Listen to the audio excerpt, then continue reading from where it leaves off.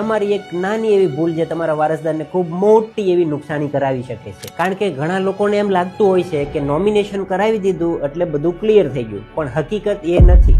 વારસદાર અને નોમિની બંને વસ્તુ અલગ અલગ છે, જે એક વાસ્તવિક ઘટનાથી આપણે સમજીએ. એક NRI હતા અર્જુન સિંહ, જેને ઇન્ડિયામાં બધી જ પ્રોપર્ટીમાં વારસદાર નોંધાવ્યા પણ વિલ બનાવી જ નથી. એમના ડેથ પછી એમની વાઇફ એક કોમ્પ્લિકેટેડ સિચ્યુએશનમાં મુકાઈ ગયા, કારણ કે ઇન્સ્યોરન્સ, ઇન્વેસ્ટમેન્ટ બધી જ અમાઉન્ટ અર્જુનની મધર નોમિની હોવાના કારણે કલેક્ટ કરી લીધી. ઇન્ડિયામાં જો કોઈ પર્સનનું વિલ બનાવ્યા વગર ડેથ થાય તો એમની પ્રોપર્ટી ઓટોમેટિક ગવર્મેન્ટ પાસે નથી જતી રહેતી. પહેલા તો એના પર્સનલ લો પ્રમાણે લીગલ વારસદારને, જેમ કે ચાઇલ્ડ, વાઇફ અથવા તો પેરેન્ટ્સને મળે છે, અને લીગલ વારસદાર જો કોઈ નથી તો જ પ્રોપર્ટીના ઓનર ગવર્મેન્ટ બની શકે છે. આ બધી જ વસ્તુ માત્ર ને માત્ર એક મિસ્ટેકના લીધે થાય છે, વિલ કે ટ્રસ્ટ ના બનાવવાના કારણે.